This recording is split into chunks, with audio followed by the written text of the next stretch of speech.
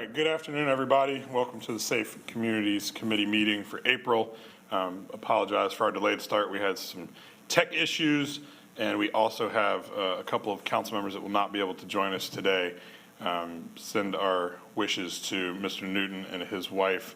They're dealing with a family matter today, so our thoughts are with them. And Councilmember Bakari is traveling today, so safe travels to he and his family. But we do have a quorum of our committee, and so we will start with introductions here in the room and then go to the committee members joining us online. I don't believe we have any council members auditing our committee meeting today, but then we'll do staff online and we'll get rolling for hopefully a quick meeting. We'll start to my left. Federico Rios, Office of Equity, Mobility, and Immigrant Integration in Housing and Neighborhood Services. Tamara Blue, CDOT. Hi, everyone. Debbie Smith, Charlotte Department of Transportation. Good afternoon. Emily Kunze, City Manager's Office. Larkin Eggleston, Committee Chair. Corey Burkharth, Communication and Marketing.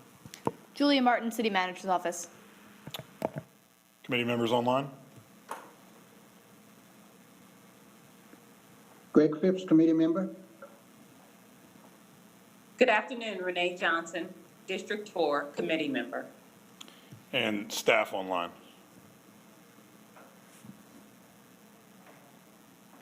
Deputy Chief Brochu with CMPD. Chief Brochu, if you can be a little louder for us whenever your time comes to speak. Had a little trouble hearing you there, but we'll fix it when we come back around. Anybody else online? All right, well, let's get into it. We've just got two items today, one of which is just for information, the other of which we can, if we so choose, take a vote and advance to the full council. We do have 3 committee members, and that's all we would need to do so. So we can make that decision when we get to it. But Ms. Kunze, we want to start with our follow-up items. Thank you, Chair Eggleston. In February at our meeting, the committee developed a work plan for 2022, and 2 of the items were gun safety awareness and another one related to nuisance properties. What staff did was provide committee members, and this information is also online on the webpage for any of the public that might be watching. We provided information about what the departments are currently doing to address gun safety, and so we wanted to give that information to the committee and see if you had further questions or follow-up that you wanted staff to pursue. So we'll start with the gun safety and then move on to the nuisance properties. And then also at the last meeting, there was some follow-up regarding NCDOT's traffic calming policy. So if the committee would like to speak about the gun safety document.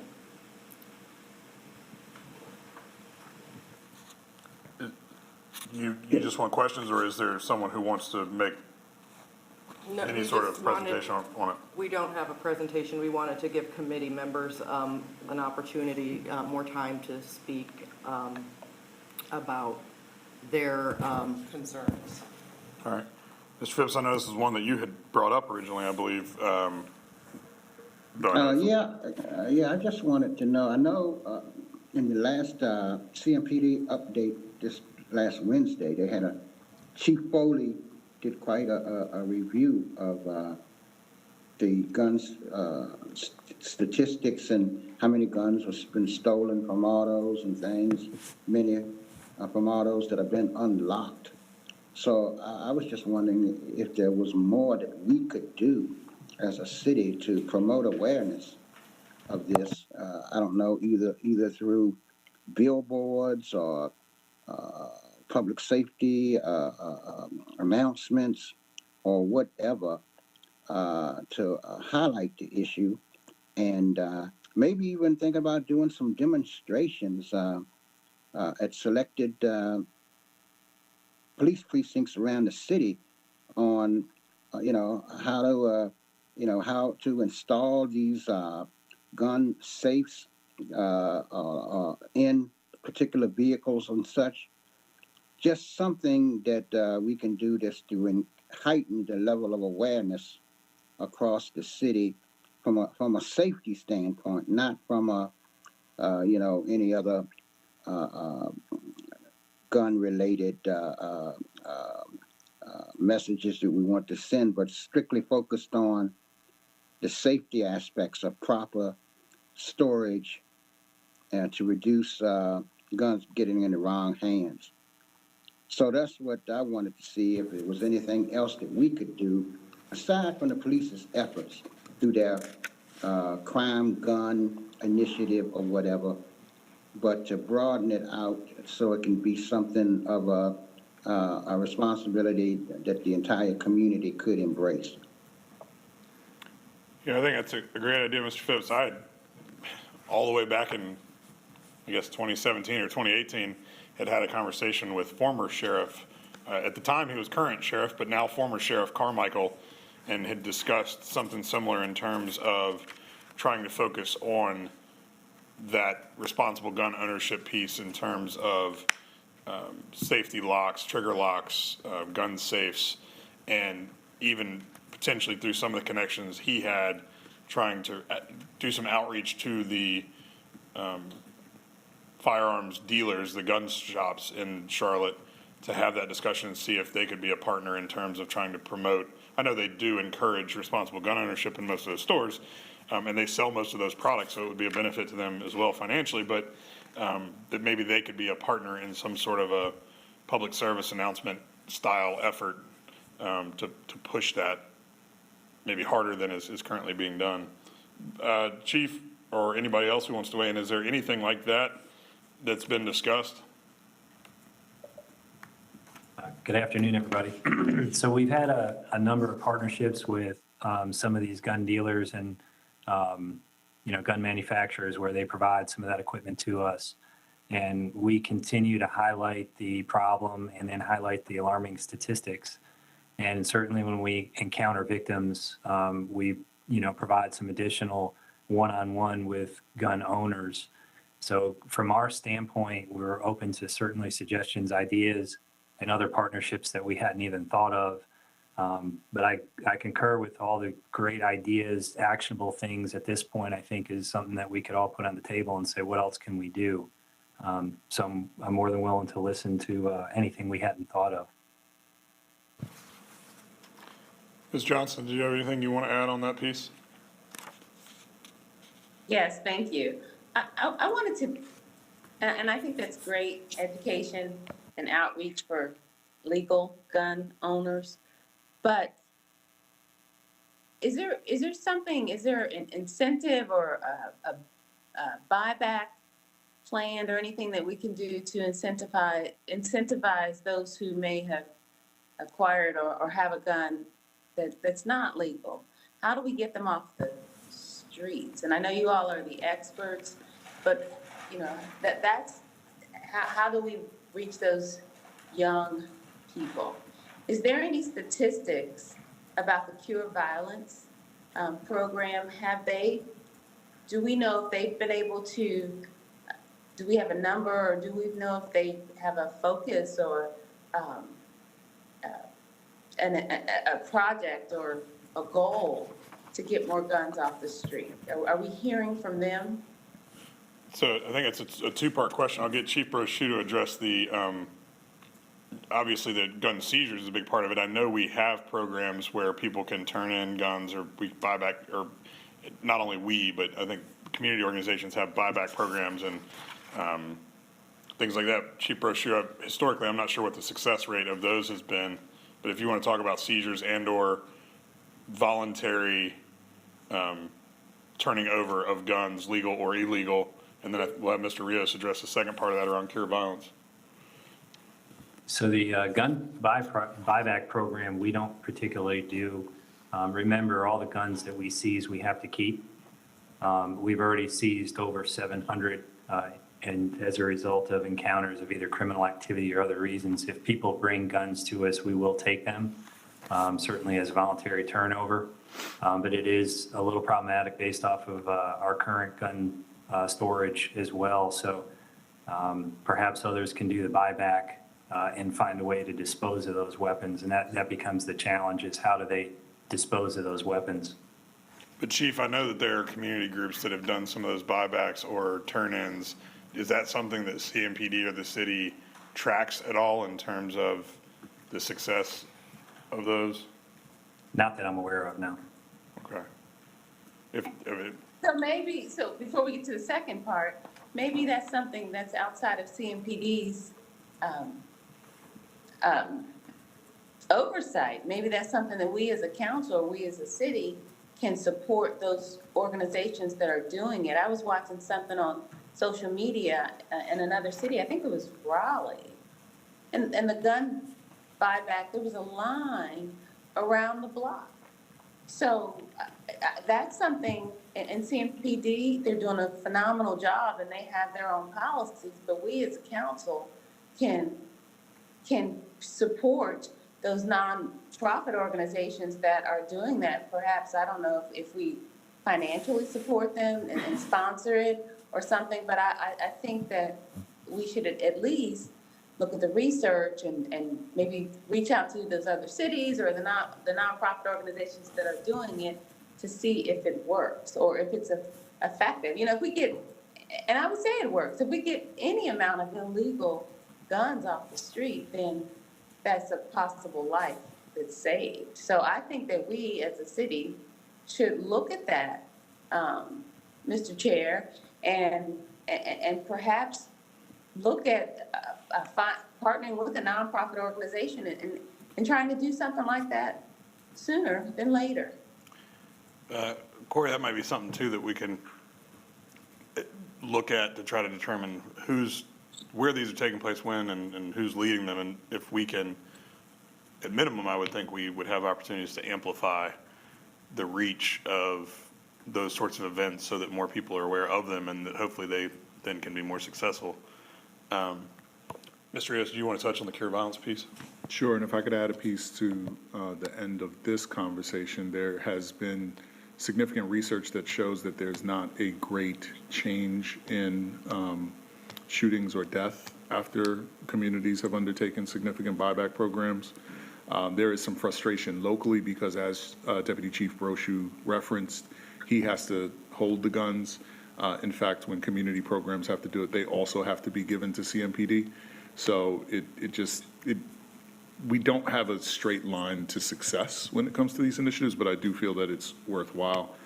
In fact, a great resource to us has been John P. Key and his church, which has undertaken this initiative, and there is a level of frustration around the guns having to be held versus destroyed. In reference to cure violence, Which is a state statute, right? Correct. Yeah. It's state mandated. Cure Violence has not undertaken anything related to gun buyback programs. The model really hinges on relational work, so ensuring that you're working with individuals that may have access to firearms and trying to quell violence between factions. So there's not a facet of that model that necessarily goes into the confiscation of guns. That would be believed to be a police function and not a function of that model.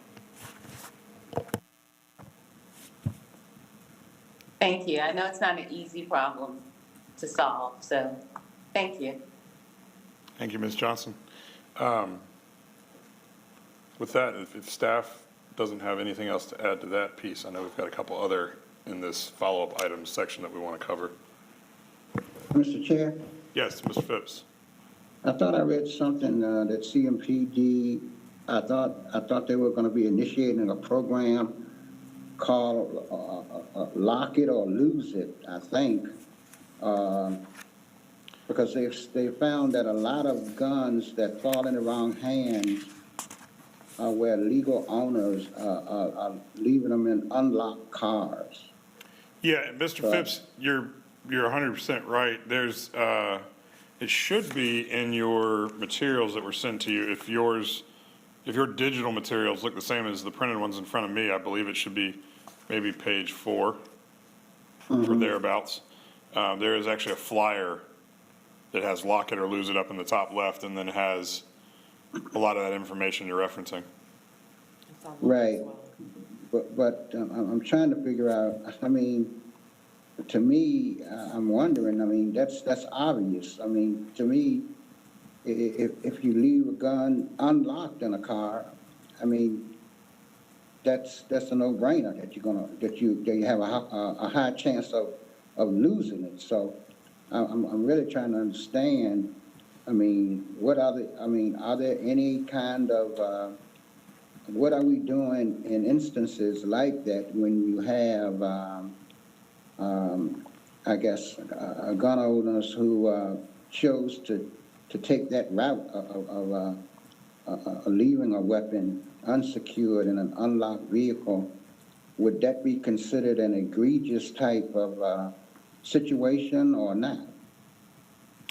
I mean, I think we would certainly consider it egregious. I think Chief Brochu can speak to the fact that if we wanted to have that be a higher level charge, that'd probably be something we'd have to advocate for in Raleigh at the state government level. But I know and Ms. Johnson and I are currently district reps, and Mr. Phipps spent a long time as a district rep, and all the neighborhood meetings we go to, I'm sure y'all heard the same thing I did, which was our officers beating their head against the wall trying to convince people that leaving things in their car was going to lead to their car getting broken into. And I don't think I've ever been to a community meeting where they didn't remind people that if you leave your laptop bag in your car is going to be broken into and your laptop will be gone the next day.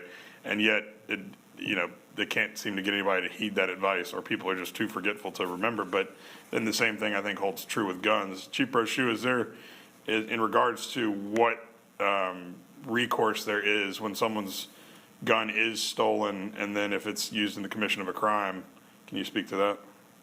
I can, and I appreciate Mr. Phipps' concern on this because it's the same frustration that echoes across all of us. The consideration, though, to criminalize, if you want to call it, I don't know how else to describe it, maybe irresponsible gun ownership, is maybe prohibiting people then, or make a reluctant victim to call the police to report the gun stolen.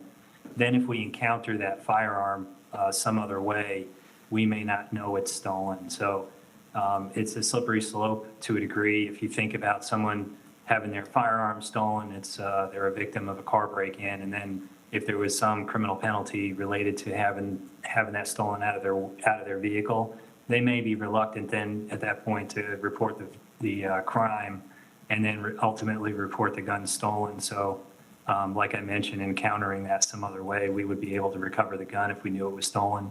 If we don't have that serial number in NCIC, then a law enforcement agency may not know it's stolen. So that's just perhaps a byproduct of that. If Mr. Phipps, any other questions or follow-up on that? No, not at this time. Thank you. Ms. Coonsey? Thank you. The next follow-up item was regarding managing and mediating high calls for service and/or nuisance properties. And we provided information about what the nuisance enforcement strategy team currently does to address those issues. And we wanted to see from the committee if there were additional questions or comments you had regarding this issue and the policy that's currently in place. So committee members, this is also in your, should be in your packet. And at the top, you'll see the managing and mediating high call for service and/or nuisance properties. Again, as three people who either are or have been district reps, we talked about this, I believe, at the last meeting, but we all undoubtedly have I certainly have those addresses, and I'm sure both of you have as well, that you just constantly get feedback from constituents about endangering the community, really impacting the quality of life in a negative way. And sometimes, building a case on a home or a person like that can take a long time. Sometimes with code enforcement can be a useful tool, but not always a rapid tool. So I don't know. I don't know that there's it doesn't seem to be too much in the way of suggestions here in how we might bolster our toolkit for dealing with these properties, more of an overview of how we currently do it. But Ms. Johnson or Mr. Phipps, did either of y'all have questions or comments on the information we've got on this topic? Not particularly. I think, in those cases where you have an HOA, they probably can take steps to advance or some sort of enforcement action. But otherwise, if the police are aware of a nuisance property, then that should be something that's on their radar in terms of routine monitoring and so I really don't have anything else to add to that. I guess I'd have a question for Chief Brochu. With this list of, that CMPD maintains of nuisance properties, is that a very clear line of delineation that something qualifies or doesn't based on some of these quantifiable measures, i.e. number of calls for service, 911, 311, or is there some subjectivity there where a council member, for instance, who's hearing about this stuff, but maybe it's not being called in, could have something added to that list? And how many properties at any given time are on this nuisance properties list? So if you look at the committee that Nest puts together, the very last page, I think of the handout is, or it should be in the handout, but a number of properties, 32 properties are included on the list. Some will go back to the division to handle. But I think it's important to note, Nest is a multidisciplinary group of professionals, including CMPD, code enforcement, many others, that try to mitigate long-term chronic properties. And that's not to say that divisions don't have a multitude of other properties that or locations that they respond to either daily or weekly that they know are chronic issues in chronic areas. So there's I guess layers, if you want to look at it that way, of severity on how the response occurs. So if we have particular shifts that are responding during particular times, they're going to look at some problem-solving initiatives or resolution initiatives that may be very granular in the division level. The Nest is a elevated legal and multidisciplinary group that can apply laws or even up to asset or seizures of property. So we actually, through our CAD, capture by the division or by the department throughout our jurisdiction the top 10 calls for service generated locations. That may be different than actually what these Nest locations are because of different reasons. There's different criteria applied. There's some that are resource driven, and division commanders know where their people are having to be dispatched to repeatedly and will work varied efforts to try to get those locations in a way that we're not just expending police resources for no reason. So they'll try to get ahead of those however they can, either working with the property owners or working with some other medium that be able to defer police services elsewhere where we're needed. Nest is a very disciplinary group or multidisciplinary group that's going to take a look at these properties and then again deal with that in a chronic problem versus sometimes those repeat calls for service through CAD will ebb and flow depending on problems. The 32, which now has 13 remaining on it, I guess my question was, is that typical or is that more than normal or less than normal? Or that's about normal?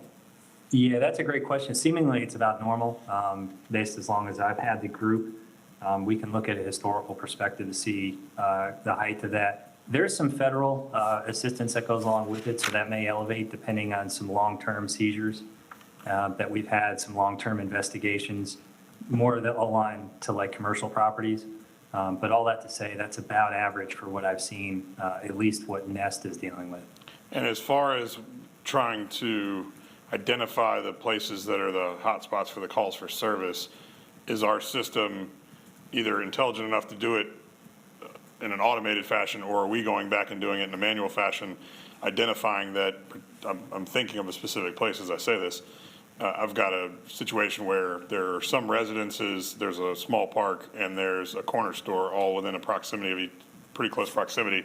And similar individuals causing similar problems, but the call for service on any given day might be one address versus the other, but they're all within a block or two. Are we grouping those together and identifying that section or that block is a problem, even if none of those 3 individual addresses were to float to the top based on the calls for service? Yeah, so the input question is certainly CAD, as I mentioned, is an automated response, and we can visually see how much police resources or assets are being deployed to a particular location.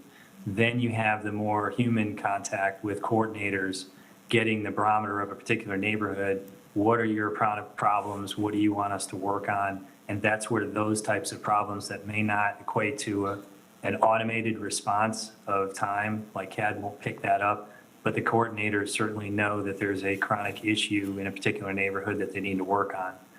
So that input, and even, all of you have emailed us at some point with other problems that may or may not rise to the level of our CAD or Nest or something, but we certainly devote assets to try to look into those problems and see how we can correct it. So for a council member who's got one of these, is there the opportunity for us as council members to communicate with you or someone in the department to determine whether, do we have access to what that list is, and/or can we cross-check with you and say, I've got a problem at 123 Main Street? Is that already been flagged in our system as a nuisance property? And if not, can we have a discussion about adding it to that list? The answer is yes to all the above, and you can certainly, as many of you have, email me directly or the division captain. We, certainly want to get back with the person that's making a complaint. A lot of times the officers are already aware of it and working through it, and there may be some other opportunities to bring in other resources to help mitigate. It just depends on the severity of that particular issue. But the answer is certainly yes. We're all accessible to that. Look at it from a different lens. Sometimes that helps us deal with the chronic problem. And then we can give you, or typically give you, some feedback. It's already a known issue, something that we've worked on. Here's some history. Here's some challenges that may be in front of us to try to address it. Things like that qualify the scope of the problem, so you guys have a little bit more awareness on what we're contending with sometimes. Mr. Phipps or Ms. Johnson, anything else on that one? Yeah, I do have a question. Is this list open to the available to the public? The Nest list, I will confirm that and then have to get that answer back to you. Okay, because I don't know if that's something that we could share, because those are we're getting calls from the residents, and maybe that could cause some pressure on the property owner to make some changes. And also, do we have anyone from code enforcement there, Mr. Chair? I'd like to hear the process, because I remember Mr. Graham talking about a nuisance property in his area and the crime and everything that's around it. So I just wonder how closely CMPD is working, or what the process is for CMPD working with code enforcement, and what the steps are, and do we need to increase the fines? Is there more that we can do from a city ordinance perspective to mitigate this? We don't have anyone from code enforcement present. We can certainly have them follow up with more information for us, but Chief Brochu, if you want to talk about what the relationship and coordination is between CMPD and code enforcement. Yeah, I think if you look at the handout that came out as a reference, it actually describes the Nest team, which code enforcement is a huge product of that.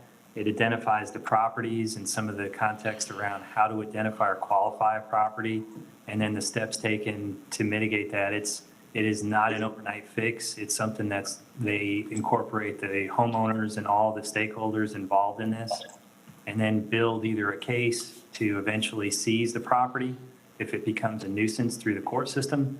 That's on a rare occasion, but the objective is to get the property corrected or in a safe manner, or sometimes demolished, depending on what the best outcome looks like. So code enforcement is meet every month.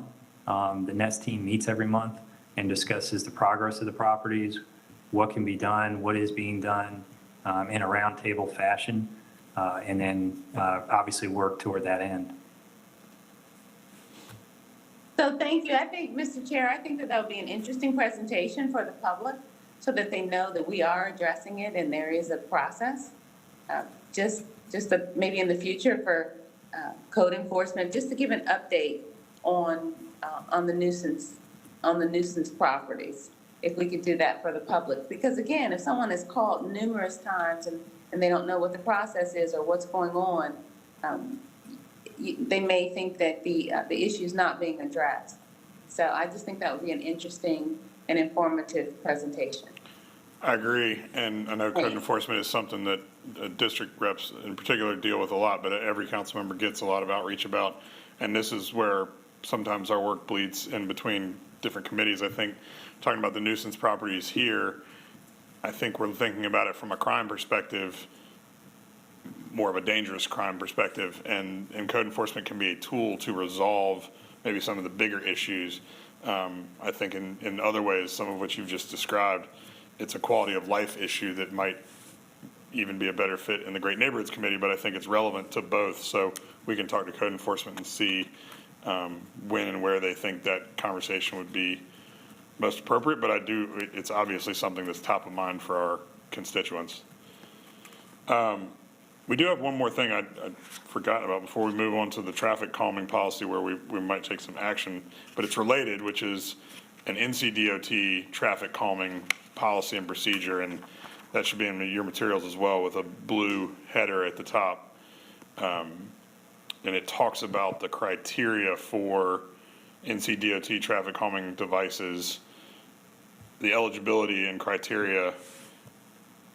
So I don't know if I didn't, did you want to present this before we get to questions? Yeah, actually, Or do you want to just roll it into our other presentation? Exactly, All right, yeah, we'll I just think let's roll do it right that in. way. Wonderful. Well, committee, thank you so much. As a reminder, we presented the neighborhood traffic calming policy at your March meeting.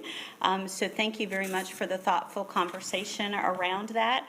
I'm going to turn it over in just a minute to Tamara Blue as she walks through our red line policy, but specifically wanted to speak to the follow-up response.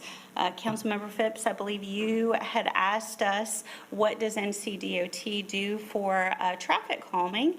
And we did learn that NCDOT does have a traffic calming policy, but just to put it into perspective, there's approximately 7 miles of local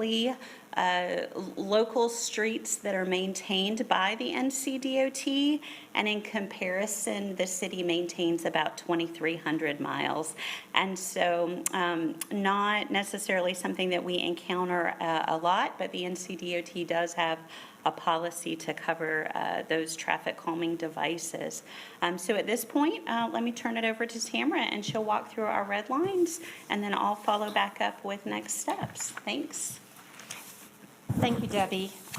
So we are back. Hopefully have been able to speak to your concerns and want to show you what we've done to update the policy. We have restructured it a little bit to make it a little clearer to follow, and the only substantive changes that we made would be removing the petition process, as we talked about before. So I'll just step through the red line document, and if you have any questions, just stop me and let me know. So in the opening paragraph, we have just reestablished the... Let's make sure the red line. Wendy, are you able to bring up the I'm PDF? Oh.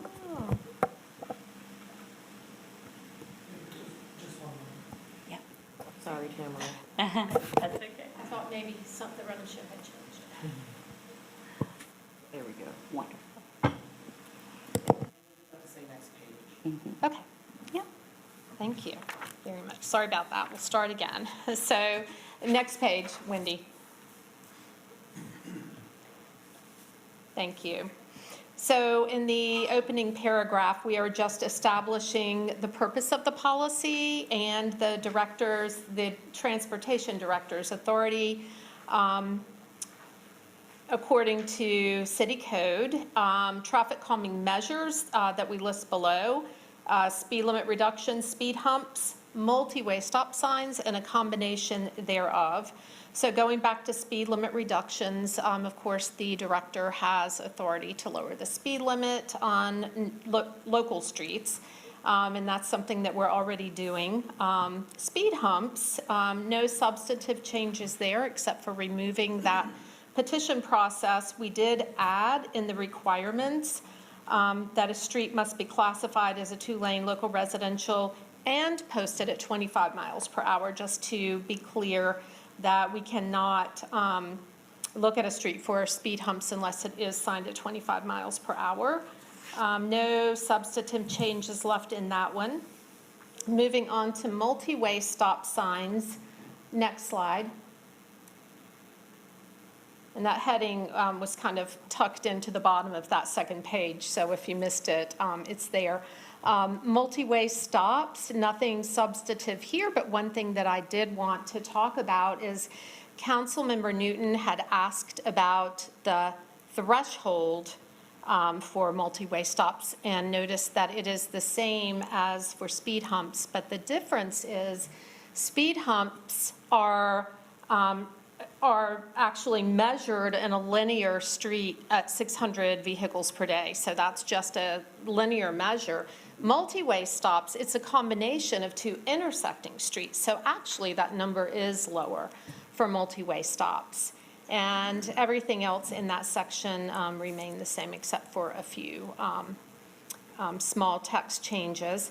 The next section is speed humps and multi-way stops in combination, and nothing changed there, of course, except for removing that petition process once again. And we have then moved the opposition process. Next slide, please. Oh, she was on the right one. Oh, good. Petition process and appeal process, and then removal into sections toward the end of the policy to help anyone who's going through this understand the process easier. And the opposition process would be, we would send out a postcard when we are going to put in some type of traffic calming that has been requested by the neighborhood. And folks have 45 days to send back a postcard to let us know they are opposed. They can also email us. And then we would contact that person if they're opposed and try to work through any issues. And if we're not able to do that, we would always then reserve the right to move into the next section, which is the petition process. And our petition process would remain the same. The only thing that's really different is that we are opening up requests for neighborhood traffic calming to residents and homeowners. So we would be sending postcards to the address and to the homeowner of record for all of these. And then there is the appeal process finally. If someone opposes after they've received their postcard and they want to appeal a decision that's been made, that process remains the same. We just updated a little bit of the language to make it read a little bit clearer. And then finally, removal of neighborhood traffic calming. That process remains the same, and after 6 months, if there is still opposition, the department would reserve the right to move to the petition process to establish a case for removal. And those are our changes, and Debbie, I'll kick it over to you. Absolutely. So at this point, we're happy to take any additional questions or help clarify any comments as Tamara covered. And if not, As I a got a general, question. just as a lead-off, would you classify, as I'm looking through these, it looks like we've streamlined some of the language. It looks like we've done some clarifying. It doesn't, to me, unless I'm missing something, it doesn't look like we've necessarily significantly raised or lowered the bar. that is correct. Really, Chairman, we were really addressing the petition process itself. and that was the primary focus of this policy change, is to be able to go to an opposition-only process. So by sending out the postcards to both homeowners and property owners of record, then we wait and we receive that 45-day window to receive any opposition. If we receive opposition, as Tamara described, we work very closely to resolve those concerns. And in the perfect world, we resolve those concerns and move forward with programming the traffic calming. So not an effort to, because was it 2018 that we did lower the thresholds? We in significantly lower 2018? than, yes. So there's not, we don't see a need to make any changes to those statistical thresholds, but simply a need to smooth the process for the people who are going through it. Correct. Okay. Correct. Yes. Mr. Phipps? Yeah, what types of traffic calming does NCDOT provide? Absolutely. So Councilmember Phipps, in your handout that was provided in the follow-up, primarily the NCDOT allows for the speed humps. They have a pretty rigorous process to be used that includes an engineering study in order to support that, 70% of the property owners, and then primarily it's for road humps. Oh, okay. So that process is still pretty onerous as compared to ours, huh?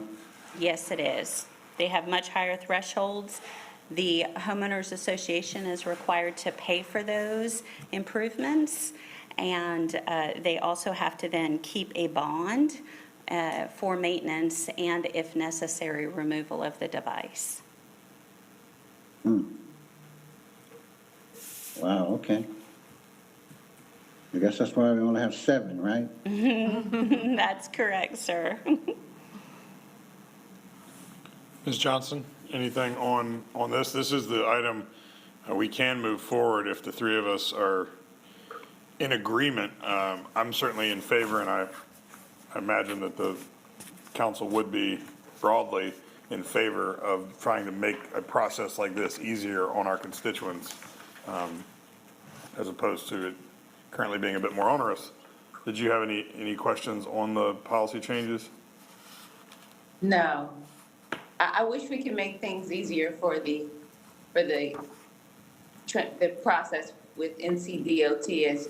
As Mr. Phipps knows, we have a lot of roads in District 4 that are state-owned, and I just wish there was a way that we could do more for those roads. But I support the recommendation. I'm ready to vote. Mr. Phipps, I think Renee and I are prepared to nominate you for the General Assembly. Yeah. No way. You're gonna have free time on your hands after September 6th, so we're gonna send you to Raleigh and get you fixing that. I have full faith and confidence in our current delegation. That's the most polite decline of a nomination I've ever heard in my life. Mr. Phipps, are you comfortable with us moving forward with this today as well? Oh, yes, of course. Well, then I'll entertain either of you for a motion and a second on recommending this, what are we calling it? Policy. Yeah, modified policy modified was the word I for some reason couldn't come up with. This modification of our current policy as it relates to traffic calming to send to the full council for adoption. So moved. Yeah, second. All right, well, I think this is going to be a pretty easy one. So, Ms. Johnson, are you? Yes. Mr. Phipps? Yes. I am a yes as well. So that is a 3-0 unanimous recommendation from the council to send, from the committee to send forward to the full council for adoption. And again, hopefully for anyone watching, the takeaway is we are trying to make interacting with local government an easier, more streamlined process for you, because we know sometimes trying to navigate all of the different departments and all the different red tape, we are trying to cut through some of that red tape and make it easier on our citizens, our staff, and ultimately get to some of these better outcomes more quickly. So really all as part of our larger vision, we adopted, how many years ago did we adopt Vision Zero? 4 years ago now? So 4 years in, we need to keep trying to push to make changes that will help us reach that goal of having no deaths on our streets, which is highly aspirational, but we will keep chipping away until we continue to get closer. Right. That's all we've got on our agenda. Does anybody have any questions for any of our presenters on these topics today, or do y'all want to get a few minutes of your time back and get back to your day? I just like to say thank you to CDOT as usual. They are so responsive, and we get a lot of inquiries about, different issues for CDOT, and the staff is very, very responsive always. So thank you to Liz and her leadership, and Tamara and all those that are there, and also to Mr. Rios.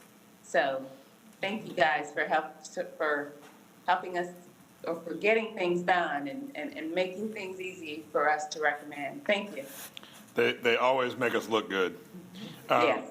Ms. Coonsey does want to reference, you probably received in your email this morning, if you've had a chance to see it, referral. And Ms. Coonsey, do you want to touch on that? Sure. The mayor made a referral to the Safe Communities Committee. It came out yesterday and was emailed to all of council. It's regarding the 8 sections of the city code that were approved on April 4th. It is going to go to the community input group for review and assessment. And so we will talk about this more, and I'll read the referral at the next meeting, but I just wanted to acknowledge that we received the referral, and we'll be working to poll the community input group for their availability, and try to start meeting with them and introduce the information to them for their feedback. So I just wanted to let you know we'll start working on that, and we'll have more conversation in May. Thank you, Ms. Coonsey. With that, if my committee members want to sign off, then we will all sign off and get back to our day, and I hope you'll have a lovely rest of your Wednesday. See ya.